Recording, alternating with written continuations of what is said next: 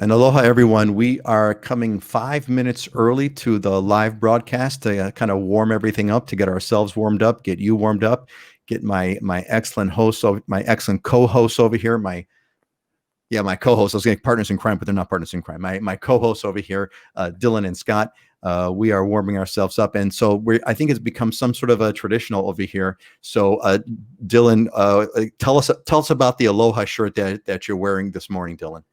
So I might have on the oldest or most classic Hawaii designer, and that's Ren Spooner. And he's actually not from Hawaii. He started in California in 1949 and bought his employer's men's clothing store, and then came to Hawaii in the early 50s and recognized the business opportunity here. And he was actually one of the first shops to open in the Ala Moana Shopping Center in 1957. So if in the 80s and the 90s, before there was a lot of these modern designers, if you went to Bishop Street downtown Honolulu, all the businessmen wore a Ren Spooner. It's kind of like the business suit of Hawaii. Everybody had a Ren Spooner, man. That was it. And it's that reverse print that you've got. It's that back. It's kind of weird that when I first came here, I saw these shirts like, wait a minute, you guys are wearing your shirt inside out. It's like, yeah, we're wearing it inside out, right? Because the brighter print is on the inside of the shirt, right? It's this reverse print. Yeah. And this design is one of my favorites because it's a collaboration with Dietrich Verez, who's a local artist, and he does these block prints. So if you look at the prints on this, they actually have big prints of this that he carves out of wood and then puts paint on it and prints it on, like stamps it onto a large canvas. So we got some of his art in our house, and it's pretty cool having it on a shirt.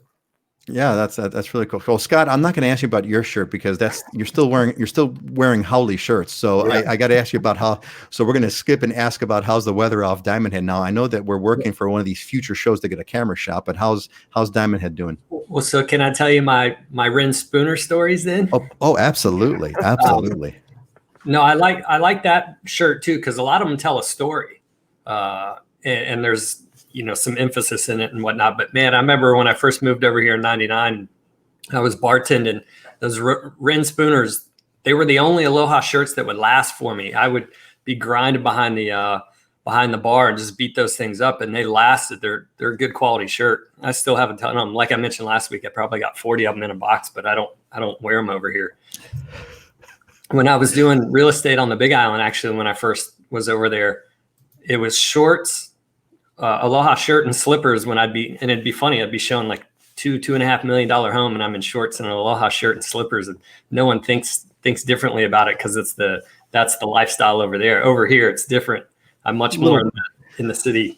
A little bit different. I mean, we don't get to wear shorts and slippers, so we can't do that. We have to wear dress slacks and dress shoes, but we still get to wear our Aloha shirts, which is really actually. And today, we take it for granted, right? Today's Aloha Friday, so today's like the day. And there's actually a story behind that as well on the Aloha shirt, where it's like I think some banker. It was traditional sort of business suits in Honolulu, from what I understand. Now, I don't know if you guys know about this story now, but this is what I catch. It's sort of somewhat legendary. There was like Aloha shirts, and it was normal business dress, and then one banker business guy wore an Aloha shirt on a Friday. And that began this tradition. And sooner or later, all of the other business guys wore Aloha shirts on Friday, which is Aloha Friday, because the women wear or used to wear. I don't know if they still do. Women still wear muumuus on Friday? They used to. That was a big tradition, right? I haven't seen a woman wear a muumuu or a mu'u for a long time. They've kind of transitioned more into the more modern. All of these designers have actually primarily women's clothes now, right? They do Aloha shirts kind of in their same prints, but they have tons of different cuts for women. So the muumuu is kind of like a old lady thing now. I think is kind of the I think so, right? Set. But yeah, there's lots of real nice stuff for younger women now. Yeah. So anyway, so that's how the whole thing started. And now, thank God, I mean, one of the greatest things about living in Hawaii is that you can actually go to work. Men, thank God we don't have to wear suits and ties and coats and those hot things. We get to wear Aloha shirts, which at least gives men some kind of a variety. All right, it is 9 o'clock. We are going to get started. I want to welcome everyone today to our livinginhawaii.com. We're going to be doing a bunch of Q&A that we've got queued up from previous weeks. And also we're going to take your live questions. If you're coming on board. Oh yeah, see, even and now Jim's joining us over here. He's wearing a yeah, they are. Jim Dylan is definitely wearing a cool shirt. So folks, if you got comments, please share them with us. I'll do the best I can to monitor. And let's get the party started here. Let's warm up over here. So here's one for you, Scott. And this is from Linda in San Diego. And she says, Oahu has a lot of older homes. If I purchase one, is the cost of renovation construction similar to mainland or significantly more? Single wall versus double wall. What about termites? What about insurance? Tell me about the important stuff to be sure before we buy that's specific to the island. So, Scott, why don't you kind of start us off on this one? How would you kind of deal with this older home, the renovation? I think the single wall versus double wall, et cetera. Yeah. Those are big ones. I mean, single wall versus double wall is the biggest thing. And Oahu was developed from the urban core, Honolulu outward. So your older homes from, the 30s to the roughly 70s are going to be urban core. And the further out you go, the newer you get. So a lot of the stuff that's in the urban core is going to be single wall construction, redwood tongue and groove, and there's no other interior wall on the inside. You can actually see some of the studs, which some of them were 1x3 studs instead of 2x4s. So part of it is an adjustment for people. Is the construction quality as good as what it is today? No, obviously standards have improved. You got hurricane clips and all sorts of various things. But part of that is an insulation factor from mainland to here. Our temperature range is only 10 degrees over the course of a year, 70 to 80 degrees. So you don't really need as much of the insulation, but it's definitely not as energy efficient as some of the newer homes. So that's probably the biggest adjustment. But renovation costs, you're probably looking $100 to $200 a square foot when you're doing renovations. I would say it's going to cost more just naturally from you're adding a shipping component from getting product on the West Coast out of Seattle, a lot of times where lumber is coming from, and it's being shipped here by boat. So it's going to cost a little more. And then your labor factor is probably going to cost more here because the cost of living is higher. Otherwise, you can still get a lot of the products, especially through the big box stores at the same price that you can on the mainland. But there are going to be other elements that are higher. As far as, and single wall to double wall comes down to preference. There's an adjustment period for some people on the mainland, and I talk to them about it. That's a part of the education process when people come over, and some of them have a very specific preference, and they end up out and say Eva Beach and double wall construction because that's what they're used to, that's what they're comfortable with, and they want the benefits of newer construction. Termites, yeah, we have them.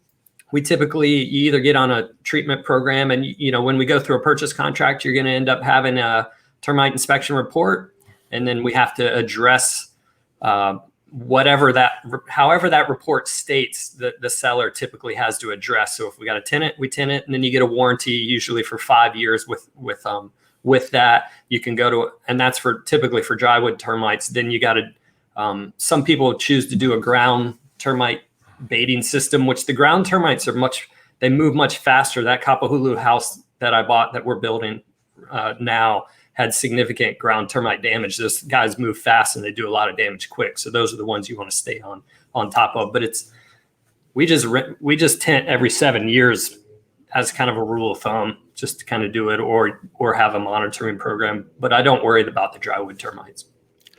So Dylan, what would you say, as far as are the difference in sort of construction costs or the renovation costs? Are there different challenges that you're going to be facing on the Big Island versus Oahu, or is it kind of pretty much the same thing on a different island? What are their differences?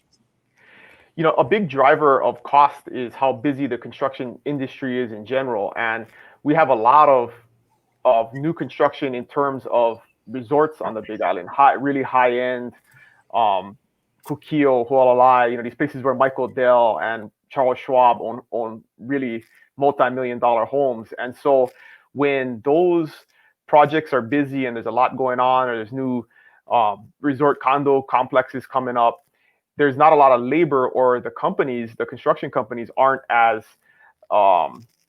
willing to do, small jobs at a reasonable price. So that's one thing to consider, is just to get some bids and look at what the construction costs are going to be. Because if you go to a big professional construction company and they're very busy, they're obviously not going to be as available. But then you could go to, small mom and pop shops, but will you get the same level of quality, and will they have the same level of abilities as large firm would? So there's a lot to weigh when you get into that. But in general, the renovation industry here is pretty robust, because there isn't a whole ton of new regular single family home construction going on. So a lot of people do lean towards buying an older home at a discount, getting a better cost because it needs a lot of upgrading, and then doing the upgrades yourself and doing them the way you want to do them, and making them custom to the type of countertops you want, the type of cabinets you want, flooring, etc. So there's definitely a lot of that happens. And I do a lot of times recommend that people go that route, because it can be cheaper than buying land and then building. And we've talked about that in past episodes, about the high cost of land and then the high cost to build. Yeah, excellent. Thanks. So let's move on now. We had last week we had a cliffhanger comment, and so some of you have kind of maybe come back for this cliffhanger. So this is kind of a big one. So let me read this one off over here. So this comes from Tom at Oxford, Pennsylvania, and he says, in Beat of Hawaii blog, I've seen an increasing amount of comments from mainlanders who have been berated by negative, vulgar, and offensive comments from locals, including one couple who has been going to Kauai for 20 years and just bought a condo in Kauai. In February, they and their family were verbally abused and, quote, flipped the bird. I realize the pandemic has increased the stress and fear of locals versus tourists or haoles, but is this a bigger problem? If so, why would a mainlander like me buy a property in Hawaii? My wife and I have been going to Kauai for years and plan to retire in Kauai next year. But now I'm not so sure. And so I think, this is an interesting, I get this from a variety of angles. It's really kind of funny on the YouTube channel. I get a lot of comments on my YouTube channel from locals who say, how dare you promote Hawaii and, keep people out, and, you're just promoting more people to come to Hawaii, and we, everybody, haoles stay out, right? You guys, now that I've moved here, nobody else can come in, is sort of what my little response is. So Dylan, why don't you kind of start this one? Your family's been here for generations. You've got Scott and I both moved here, though it's been a bunch of decades, but you've got sort of much more of a local feel. What's your thing? Number one, do you see this as, is this a larger trend, a growing trend? Is this this sort of a one-off? Is it just, there's also a legitimate thing that sometimes people do act haole, and if you act haole in Hawaii, it's just not going to work for you. But what's your sense of all this, Dylan? How do you respond? So I would say we got to take this in context. And as beautiful and as much of a paradise as Hawaii is, do we have ignorant, stupid people, rude people? Absolutely. We, like everywhere else. But what is the proportion? And I would argue that it's a lot less than a big city and many other places in America and the world. But the other thing that you got to look at is, if you're following some type of blog that focuses on these types of occurrences and experiences, of course it's going to look like it happens a lot. But is there a blog that talks about all of the amazing experiences people have, all of the love and warmth that they experience when they move here, how they're embraced by the community? There are exponentially, I would argue, thousands of times more experiences like that than the negative experiences here and there. But those are the ones, like the news nowadays, that get all of the traction and get all of the attention. And especially if you have a place online where people are collecting these types of experiences, it can look a lot worse than it is. in my opinion and experience, and I just met with some clients yesterday who bought almost a year ago and were just raving about moving here from the East Coast and how they've been embraced and how they feel like they have family here already and so many good friends and never had a bad experience. So I can point to hundreds, thousands of experiences like that.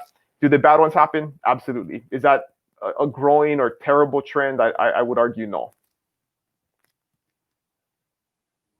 Yeah, I think that's the big thing is I don't see it as a growing trend. Scott, you're also in agreement with that. What's your as the Cole Howley co-host on the show here? What's your view on this? And let's not forget, my mom came from New York, 40 years ago. So I'm half Howley too. So yeah, well, Howley technically means what? Foreign, not from here. It's not a derogatory term. I mean, if you live here, I mean, I tell people that move here, if it's prefaced with a derogatory term, effing Howley, then you have to worry. But if you're just called a Howley, it's just somebody referring to you as being white or not being from here. So it's not a racist or derogatory term at all.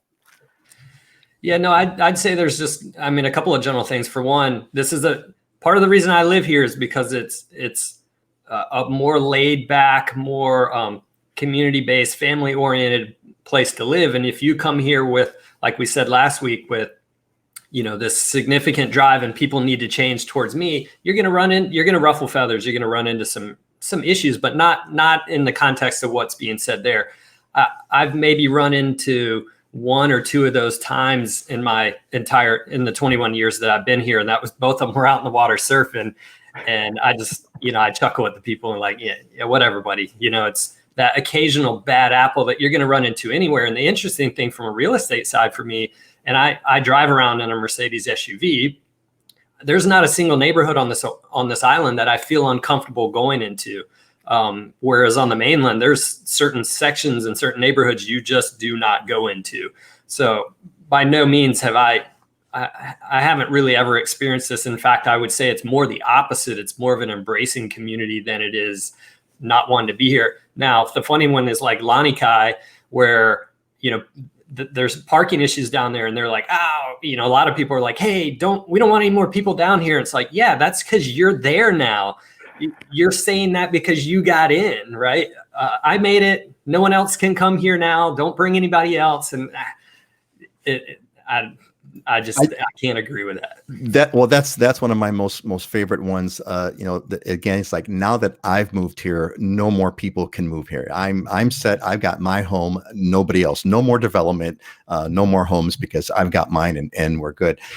Just to expand this a little bit, I think I have put together a couple of videos on my channel about how the culture is here and how you really have to, it sort of, frankly, I believe the culture here in many ways forces you to be kind and to be good because it's just like the norm. It's the cultural norm in Hawaii, which is one of the wonderful things about it. Onto the Howley comment, though, I want to get back to that on yours, Dylan, because I think you're exactly right. And I think that's something that people, it takes a while to kind of before you understand it because again, I could say the two resident Howleys here, me and Scott, right? And I guess now that we know the half Howley here, you, Dylan,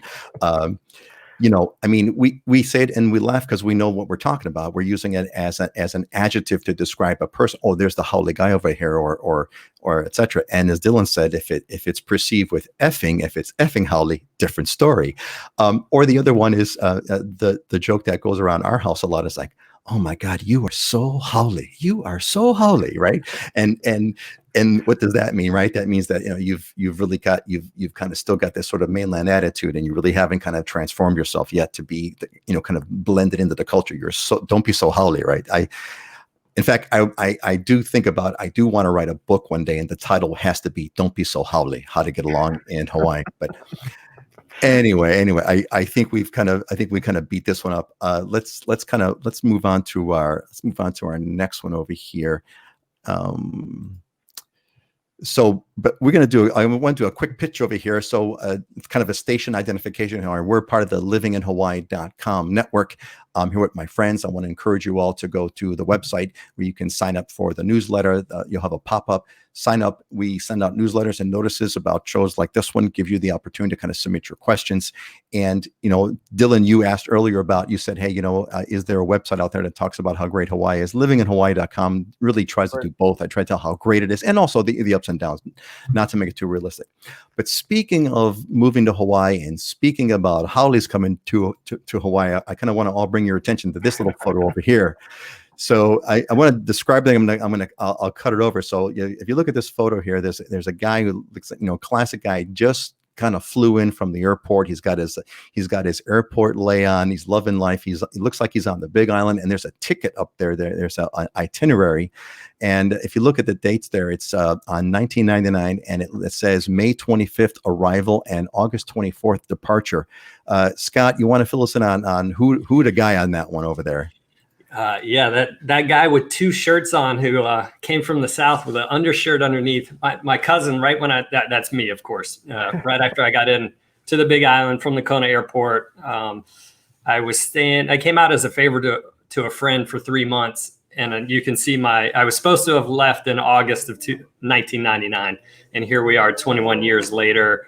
And I'm still here. I never used that return trip ticket. I actually extended it to a year. And I was here by myself for that duration, that 9 months.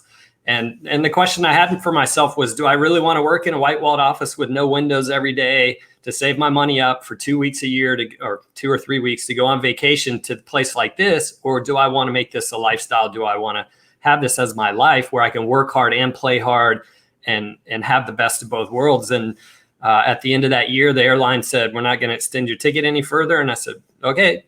And I still have that ticket, and I've got a few more wrinkles and a little older. But I must say, my shirts fit better. If you look at that shirt again, it's kimono. I don't know what the heck's going on. The sleeves are down past the elbows. Is that a hotel supplied shirt or something? I'm not too sure. But it's a great story, and it's one of these awesome stories about person comes to Hawaii and never goes back. Mine's not quite as dramatic as yours. I came and went a few times and made the final move, but you literally came and never went back. And that was, what's the date on that thing again? That was 99. So this is your 21st year on that.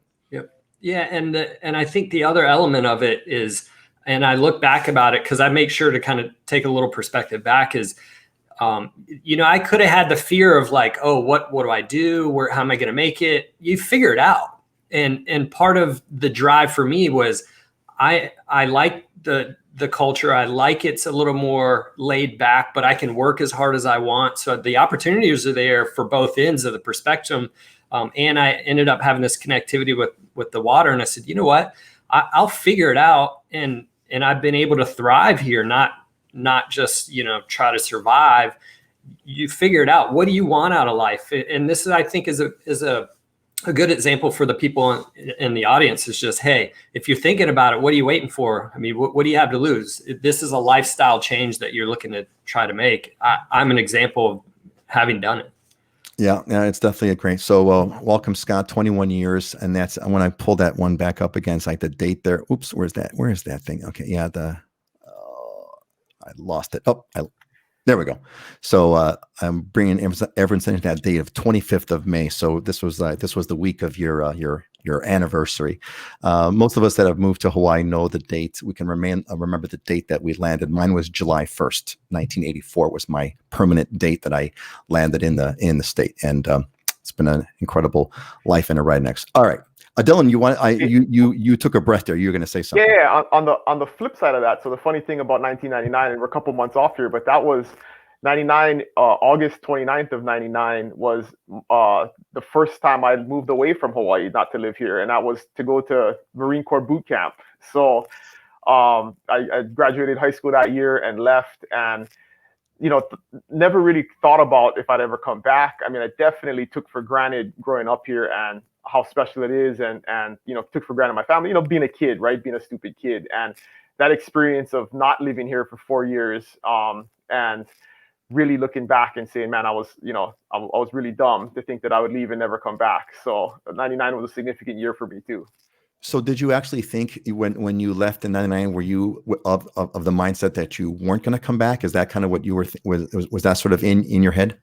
I wasn't sure what I was going to do, but I definitely didn't have it in my mind that I had to come back. Right. I mean, if things happened and I didn't know what the future was going to hold, or, at that age, I think you just kind of take it day by day. But yeah, it definitely wasn't ingrained in my brain that this is the place I wanted to be. Got it. Cool.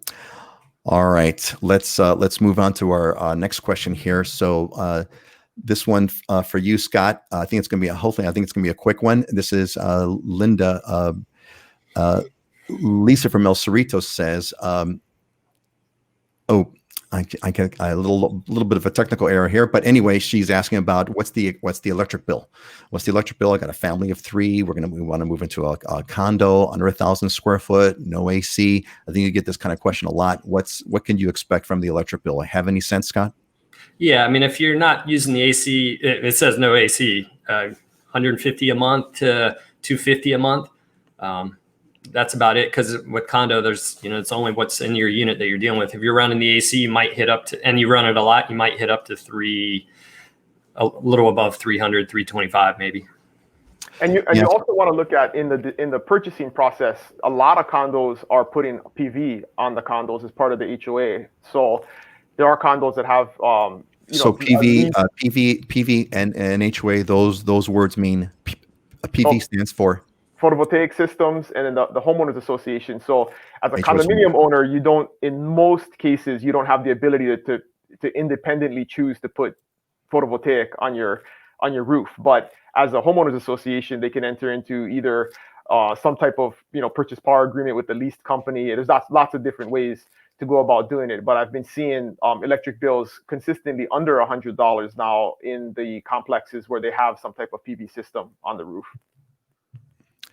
Hey, just wanted to point out this great comment from Joyce. Thanks, Joyce, that she came in. I'll read that. She says, sold our place in San Francisco, contacted Dylan to start a search for the home, and here we are. All right. So here we are means what? She's moved in. She's bought the house. Dylan?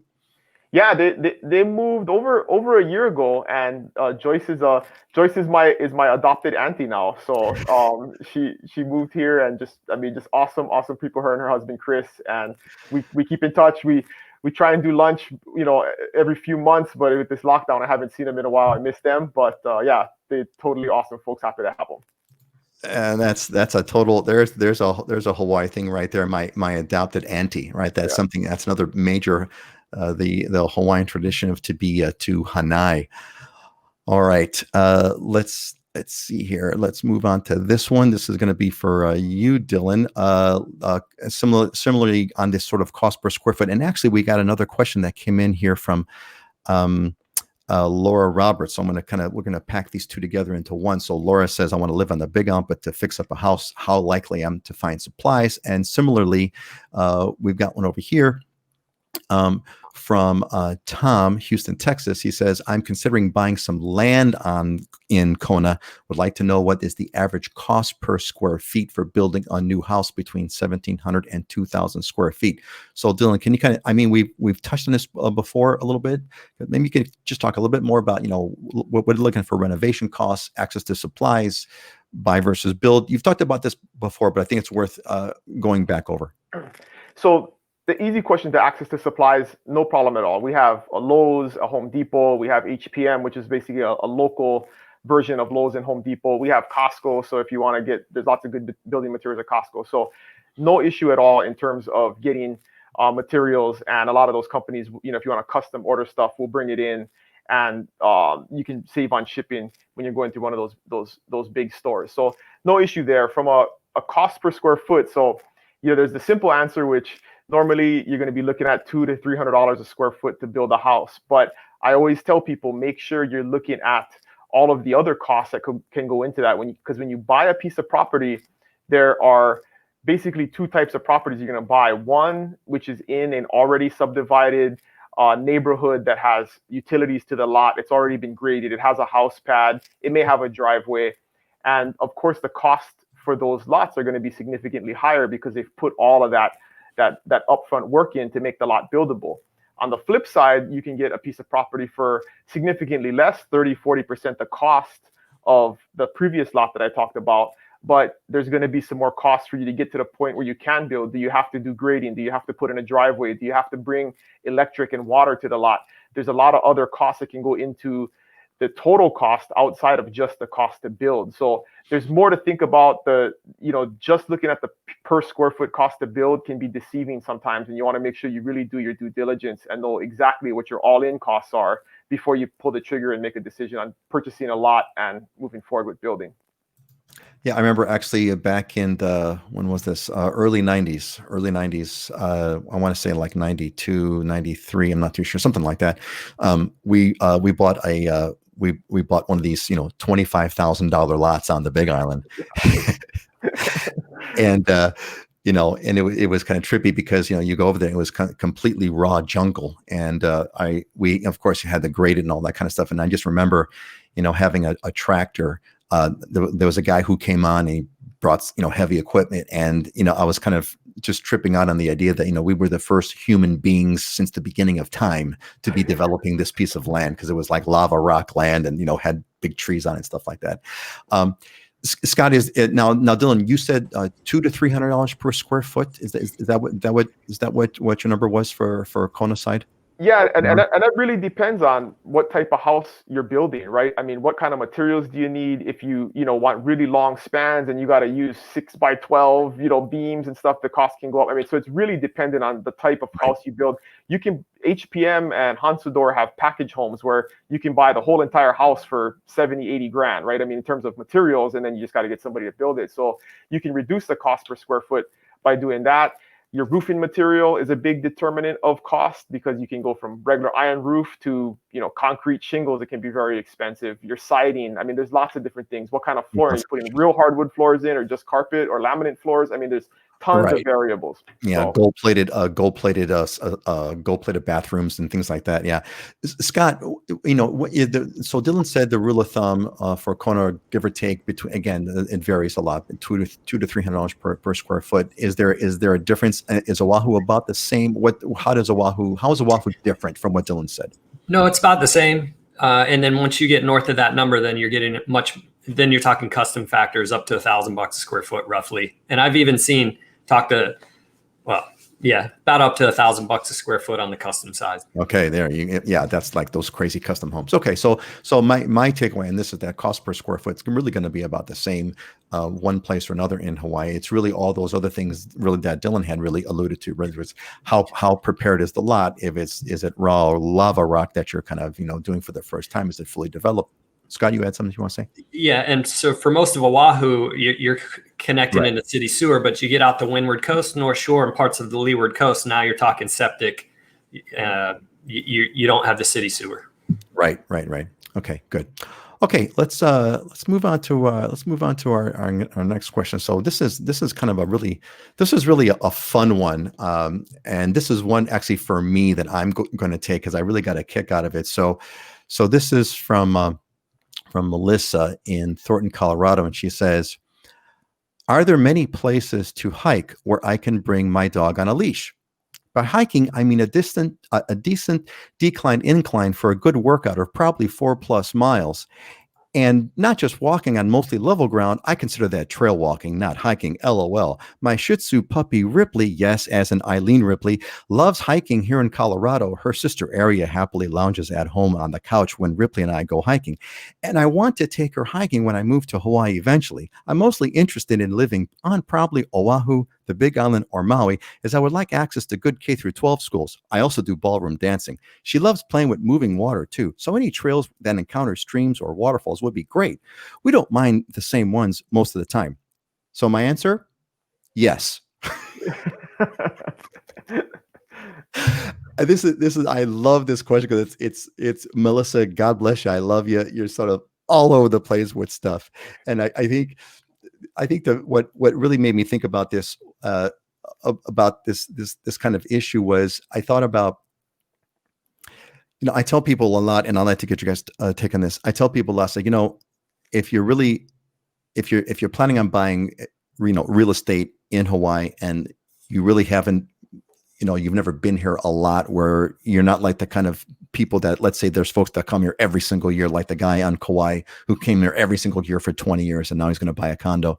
And if you're coming here, so to speak, sight unseen, highly recommend that you find a place to rent and live here for a few months, whether it's 1 month or 2 or 3 or 6. Live here for a few months and get a feel for this place, because for Melissa's thing, there is a place that you can go hiking on an incline for 4 miles that's got some waterfalls and some streams. I can't tell you where it is exactly, and I can't tell you what the home is that you're going to go and buy exactly, but I know it does exist. And so I think you just have to give yourself some time to live here and get a feel for the place, get a feel for the neighborhood. You go through K through 12 schools. What's the right school? Looks like you're open to Maui, Kauai, Oahu, or Big Island. Again, those are radically different islands on each one.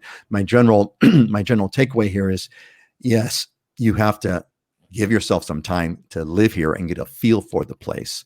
I'd be curious of what your guys' feedback is, and kind of my commentary. How do you respond to kind of what I just said to Melissa about, renting here before you actually live here and make a plunk down some money to buy a house? Yeah, no, that's always a good idea. Or, I also suggest that people come here for 3 weeks and move around every 4 days. Go into a VRBO or a different hotel in a different location, so you can get a feel for the different areas, different climates, different. We have on the Big Island, you can go from 300 inches of rain a year to 30 inches of rain a year, right? Depending on where you are. So there's things like that you want to take into account. But yeah, everything that she talks about and she wants, the answer is definitely yes. Can you get it all in one small area? Probably not. But can you get everything that you want in any area? Usually not, right? No matter where you live, you're going to have to drive. There could be great resources, natural resources and things, but you're going to have to drive to get to them. But yeah, we definitely have always a compromise. Always a compromise. Yeah. Always a compromise. I know there's like a great one, and there's an amazing waterfall hike spot in Nu'uanu, but I know the homes there are in big dollar homes. Scott, what's your response to sort of my advice to people for the sight unseen crowd that wants to buy a home? Yeah, I mean, real estate's something that's tangible. It's something you can touch and feel, which means you need to establish an emotional connection to it in that neighborhood. So, as virtual as we can do things, you need to step inside of a property to be able to make sure that is going to be the place that you want to be. So yeah, it's coming in and renting, or we go out and do neighborhood tours. But as far as the hiking, I mean, one of my favorites is up at the top of Wailaiki. You park there and you go all the way up to the top of the Ko'olaus. You can see down the windward coast, 360-degree views. And what a lot of people don't know is there's actually a trail along the entire Ko'olaus from Hawaii Kai to Pearl City. It's overgrown and it can be dangerous in some areas, but I know some people that have tried to trek that over a couple of days and stuff. So plenty out. We are an outdoor state, right? Yeah, Hawaii has no lack of stunning, amazing hikes. It's a whole other episode. We can go over our favorite, most incredible natural experiences. Hawaii's got plenty of them. But we're going to move on. And I want to encourage, by the way, folks, if you're watching this live, you're on Facebook Live. I see there's 18 of you here. Hey, if you got some comments or questions, love to hear from you. We're going to try to incorporate in the show. But let us move on to our next one here. So, Scott, there's going to be one for you. This is the big topic here is, short-term rentals and the Ala Moana Hotel. And we got two folks that brought this one in. So Joanne from Maine and Eric from Honolulu, actually. And Joanne says, what are some best practices or tips for working with third-party services or companies to help maintaining or renting out a property as a short-term rental when it is not occupied by the owners? Would it be reasonable to expect a profit on a short-term rental property that was purchased for part-time owner occupancy? Or is it better to just kind of have a break-even mentality where the rental income covers the mortgage and the expenses when the owner is not there? Follow-on question with that is from Eric. And Eric says, hey, what are your thoughts about buying and living in a unit in the Ala Moana Hotel? What are the hidden costs or inconveniences for first-time buyers, maintenance, etc.? I kind of thought these were sort of a similar topic. Scott, what's your sort of take on there you go, on your short-term rental ideas, or what's your expertise on that? Well, a couple of things. First off, Ala Moana Hotel has restrictions that you can't stay more than like 14 days in the unit at a time. So So by Yeah, definition, it's a short-term rental. You can't live there. If you're a local, if you're Eric in Honolulu, you can't live there, Eric. that's correct. And the other element to that, actually, that one's fallen under the bill of question of how it fits within that that short-term vacation rental bill, because it's actually apartment zoned, A1 zoned, and that the transient bill more or less says you have to be in resort zone to be able to do short-term vacation rentals. So an Ala Moana hotel is basically designed in its bylaws just by that definition of not being able to live in there. It needs to go into some kind of rental pool. So now you have a conflict. So back up on it just for a sec, just to expand on it just for a moment. What's the a little bit slower? What's the conflict now between the two? The Ala Moana is the agreement. The zoning is apartment zoning, but the transient bill that the city council passed more or less puts your transient units, the units that you can short-term rent less than 30 days, into resort zoning. And it's not in resort zoning, but yet that building was built solely to put into a hotel rental pool. So now the conflict and the question is like, okay. So for as far as the city is concerned, that area is zoned to be apartment, but the building agreement is short-term rental. So really, you're gonna break somebody's rule, someone's law or someone's rule. That's the issue. Yeah. Okay, got it. So, but as far as practices for short-term vacation rentals, whether can you make a profit? Of course, you pay cash, you can probably be profitable on it, right? So then there's that balance of cash down to break even. If you get a mortgage, I always try to recommend on properties, you go minimum break even. So therefore, if you need to go on autopilot for some reason, it's covering itself and you're not having to fund it on the side. If you get injured, you lose a job or whatever, it's covering itself. But in COVID, we actually see that model just got blown up. But so, it comes specifically down. That's where we sit down with the client and we do analysis. What's your goal? Where are you trying to get to? How do we do this? How much money do you have to put down? The second part of that is if you put it into a big company pool, like a Ala Moana hotel, those guys are running everything for you. It's out of sight, out of mind, but they're usually taking about a 50% cut of what you have coming in on that revenue. You can also find smaller ones with more individual property managers where they're taking 20 to 30% of the cut. So therefore the profitability, it tends to be a little easier, because even if you're able to improve that property and increase the revenue on the bigger ones, they're taking 50% of that improvement you just did. And hidden costs, I don't really see hidden costs other than the fact that you got to get in there and look at the net operating income, the income coming in versus what's going out. And most of that is going to be going out to that property manager who's handling it.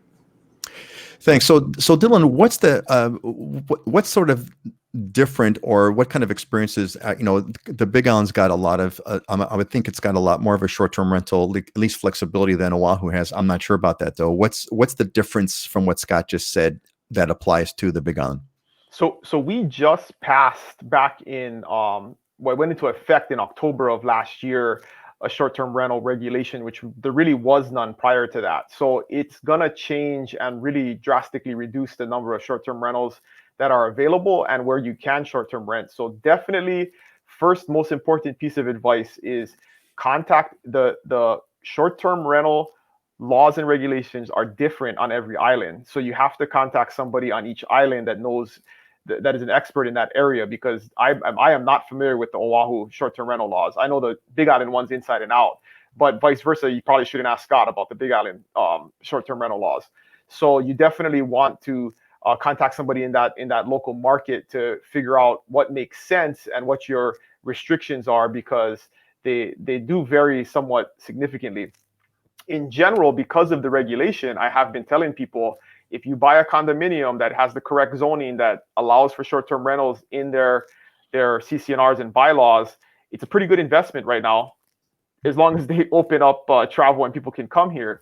But because of this rental regulation, it's going to reduce the number of available rentals, and you can't just buy a home and short-term rent it going forward. That's now prohibited unless you could get grandfathered in if you're already doing it. So it's gonna the ability for the supply to just arbitrarily expand is not there. What's here is here. What's zoned legally is zoned legally, and then you still do have to get a permit from the county, but the availability is just gonna go down. Excellent, great. Appreciate that, guys. Let's Let's do a quick audience question here. Jim Stevenson says approximate cost of renting a condo for 1 month on Oahu. Scott, really quick answer. What's the number? I mean, our San Souci condo is a minimum 30-day, and we're at $3,200 a month for a large studio on the oceanfront. But 22, probably close to 2,500. So 2,500 for a short term for a 30-day. If you can do a 30-day rental, or 3,200 for if you want to be on the beach. It's a beautiful property there on the beach near Diamond Head. Very, very cool. So here's another quick one here. This is from Alec. Hey, I got a question. I know it's very specific, and you probably get this all the time. I'll be moving to Oahu soon, have a job lined up. Very good. How much can I afford to rent if I'm making $28 an hour? The math I tried looks like I can afford $1,500 a month, but I'm not sure.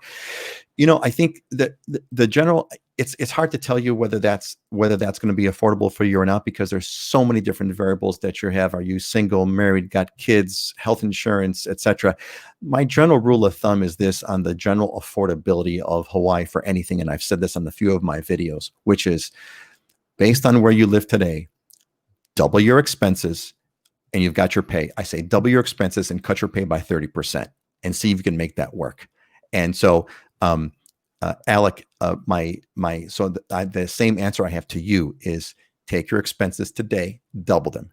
And if you could afford to live on $28 an hour, I mean, I don't know how much you're making, what you're being paid today, but compare your pay, double your expenses, and then that'll give you some sense on the affordability.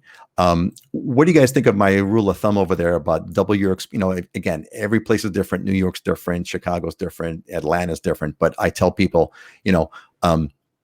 double your expenses and you cut your pay by 30%. And if you could afford that, there's a chance that you could afford what Hawaii is. Have you guys ever heard of that, or what's your thoughts on that?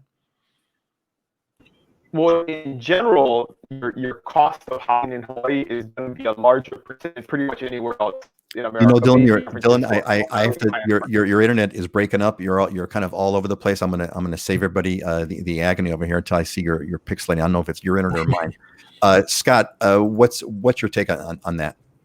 Yeah, I haven't heard that formula necessarily, but I mean, a lot of the people I talk to from the mainland that come over here from a housing standpoint, their housing usually makes up like 20 to 30% of their income, whereas here it's closer to, your expenses, all in living expenses, are close to 50% of your income. Property managers, how they run whether or not you qualify for a renter is 30% of your income needs to cover that rent amount. Got it. Okay, let's. I think Dylan, I'm still seeing you pixelated over there. We're gonna let's go on to. Let's see. We have any other questions from anybody? No. Okay, so I think I had a question here for you, Dylan, but I'm not sure. I'm seeing some pixelation still on your screen. Can you hear me? I can hear you, but it's kind of like it's not your picture is not good. It's pixelated and your voice is going out. Maybe we'll have to figure out how to get that internet going in a better way there on the Kona side. So let's I got one over here. Let's kind of switch onto this one. I just for you, Dylan Risley, but let's have Scott work on this one. So this question is, Scott, I noticed that when you were there, you were in Hapuna Beach. Actually, you were near Hapuna Beach in that picture of yours that we had when you first moved there, right? So this is from Michael, and Mike says, actually to Dylan, because Dylan, what can I get for $500K on the Big Island? We travel to Hapuna almost every year. Our priority is always a good swimming beach. Can we get something decent for $500K that would be walking distance to a good swimming beach? Also, Hilo's side is obviously significantly less expensive than Kona, but are there any hidden spots that are close to good swimming beaches that you can get for less than on the Kona side? I got to go back on this, Scott. I unless you've got a good answer to this is really Dylan's question, and unless you want to kind of throw a quick one at it, because I think there's going to be our cliffhanger for next week. So, because since Dylan's internet's kind of losing it, we're going to do our cliffhanger for next week. Scott, you want to throw it? You want to throw it? Oh, actually, what? Go ahead. I mean, Hapuna's. I swim Hapuna every time I go over there. Puako, which is where that picture was from, where I landed, is literally right next door in the back of Hapuna, and I love Hapuna. But I know Puako can relate it, because if you're trying to get go down to Hapuna Beach and walk to Hapuna Beach, about the only place you can is either on that resort, which is going to be well over $1 million, or you're coming from Puako, and homes in Puako start, just dirt's going to start on the backside, mountainside of the road at like 800, 900,000. You're kind of $1 million and up in that area. Dylan would better know because he's got all the areas. I know Puako because my family's lived there for 40 years, and we developed the Puako store in there. Where I started is the Puako condos, and that's a little more than $500,000 if I'm not mistaken. Okay, so it's a. I'm speaking if you can hear me. Can you hear me? Let's give it a try. Let's give it a try. It's live. It's live. It's part of the fun. Go, Dylan. In general, the Big Island is not a walking community. Most things are spread out, and if you're gonna walk to a beach, you're gonna have to be pretty close to it, and you're looking at very expensive real estate, obviously. So you can get pretty close, like Waikoloa Village. You can get a decent home in Waikoloa Village for $500,000, around $500,000, and that is a 10-minute drive away from Hapuna. So it's not very far. Hapuna, the only really residences around there are the hotel and some of the really high-end condos, which you're looking at $1.5 million just for like 1,000 square feet or less. So in general, just being able to drive, and we don't have a ton of traffic here, so it's okay. It's not like getting in your car and getting the freeway and battling traffic. We're going to have to ask you that question again next week, Dylan, because it came across kind of garbled, but hey, that's part of the fun. That's the part of the fun thing that we get to go over here with live. We got a few minutes left. It's 46 minutes after the hour. I want to end this on time. We do have a couple of questions over here that came in. Let's give this one a try over here. Let's see. We got Laura Fox. Laura, I'm going to mispronounce your name, so I'm just going to call you Laura. As you approach retirement, are there 55 plus communities available? What do you see there that's with 55 plus communities, Scott?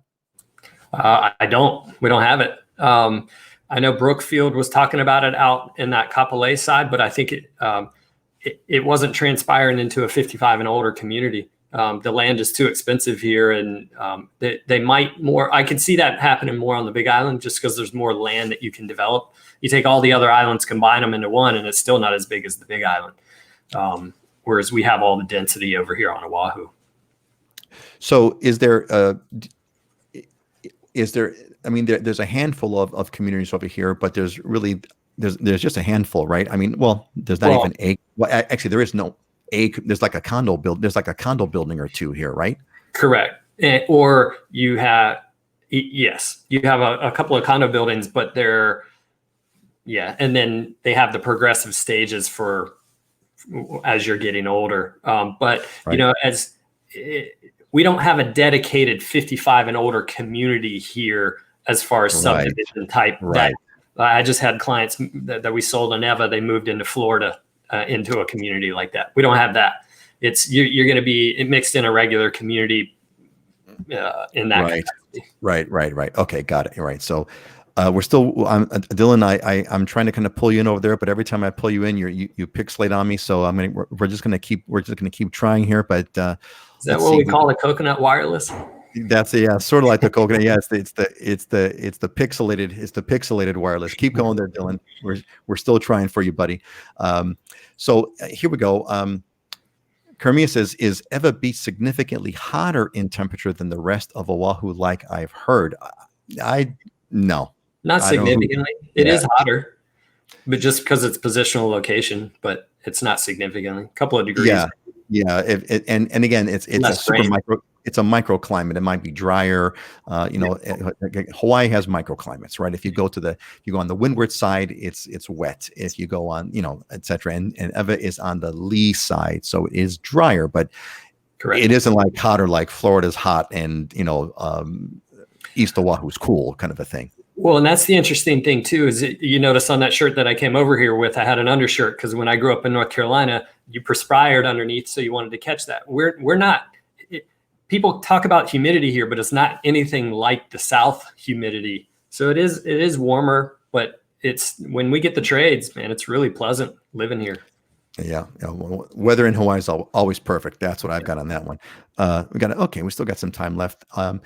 Ken says, do locals have an inexpensive way to travel between the islands? Not unless you're going to swim. You can swim. That's you can swim or canoe, but you've got to fly. We used to have a cool thing. Well, we tried to do a cool thing called the super ferry a long time ago. Scott, what's your take on that? Yeah, we crushed the super ferry. I was looking forward to that, but no, thank God Southwest Airlines came in, because our inter island fares at one point had gotten up to 300 round trip. I could spend $200 more and go to San Diego round trip at one point. So Southwest coming in, we needed that competition.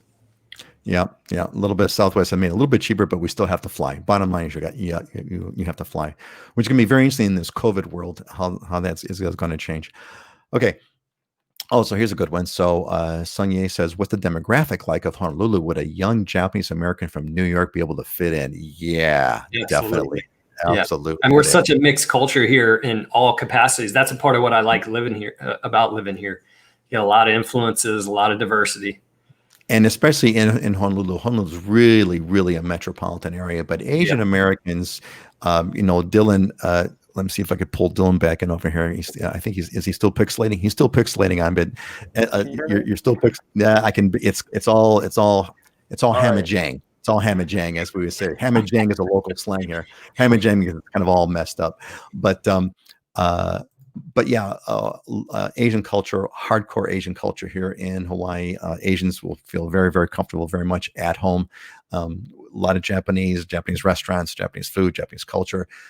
Goes back a long way, right? There's historically, the Japanese were brought over as immigrants, farm workers, back in the 1800s, if I'm not mistaken. And so they've got a vibrant Japanese population here. So, Sung Ye, you'll love it. You would definitely love Hawaii. All right. I think that's going to be it for today. Let me see what I got over here for. Yeah. So let me give you folks the cliffhanger. The cliffhanger for our next show is going to be this one from Brad. And Brad says, hello, my wife and I have been interested in moving to Maui for a few years, and we've been waiting for the right time in regards to our work. Now that COVID has shifted our jobs to work from home, likely permanently, our chance of moving out here is higher than ever. I've got two questions. Number one, do you anticipate that more people in our similar position of work from home will capitalize on this and move to Hawaii? And number two, if there are more mainlanders moving to Hawaii, do you think the locals will have a negative view of this? Now, we talked about the negative view, but I think the big topic here that I find interesting is this one of, will there be more? Are there going to be more work from home? What's going to be the work from home outlook, and will that kind of change the way things are in Hawaii? That's going to be our cliffhanger, folks, and I talk with the guys, and we're gonna move to a little bit of a different schedule. We're gonna come back in 2 weeks, so we're gonna do the show every other Friday. So make sure you go to livinginhawaii.com.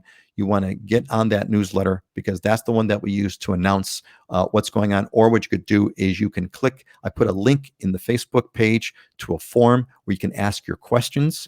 That's the best way to get notified of the next show. Give a question.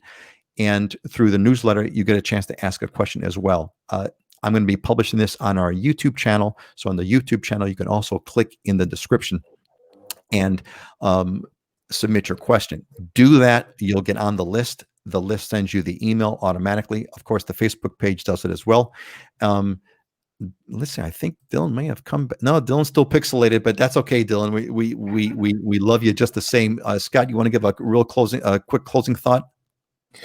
No, I mean, I think from today's segment, it was enjoyable. I feel like we were able to share more on the personal experiences, on some of the realistic side of what it is to move over here, live over here. You do it, you'll figure out how to make it work. I built an entire website and a YouTube channel on that topic alone. Yeah. Dylan, we have to allow you to at least say goodbye, or to say something, or say hello or something, no matter what. I'll see you guys next week, hopefully with a better internet connection. Okay. All right, buddy. All right, folks. I want y'all have a great weekend, and aloha from Hawaii. See you folks in 2 weeks. 2 weeks. Aloha, everyone. 2 weeks.